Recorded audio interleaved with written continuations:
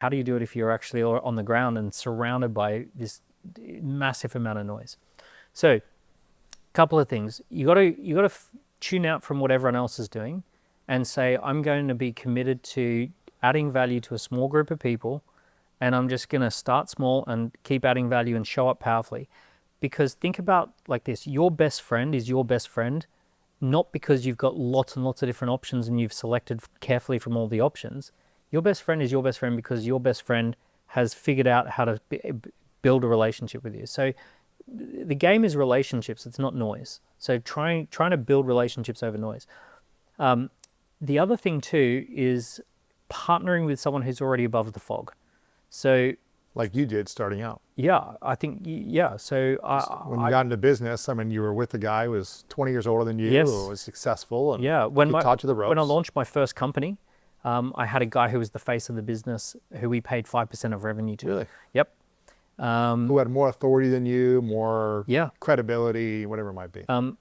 Even today, it's very possible to hire someone as a speaker, and they come in and they deliver a talk, and 500 people show up to see them, but you position yourself alongside them. All right, so you can do those sorts of things. You can do joint ventures and partnerships with people who've already got the face of the business, who can be the face of the business. But having your A game, there's 5 things you must get right. The way that you pitch has to be really on point. You've got to pitch yourself in a way that's going to get cut through. So you got to make sure that when you answer the question, who am I, what do I do, who is that for, that really comes across in every communication. So you got to get good at pitching. Publishing content, regular publishing, and having a publishing schedule. Publishing a book, one of the best things you can do because it makes you an authority in your space. I had a look at major podcasts when we did a bit of an assessment into this, and found that 78% of guests on big podcasts have written a book. Like only 1% of the population has written a book, and 78% of guests on the podcast have written a book. So authors end up on bigger platforms.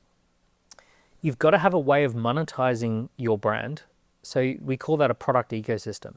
If you don't have products, then you run out of money promoting yourself, promoting your brand. You got to have a monetization method.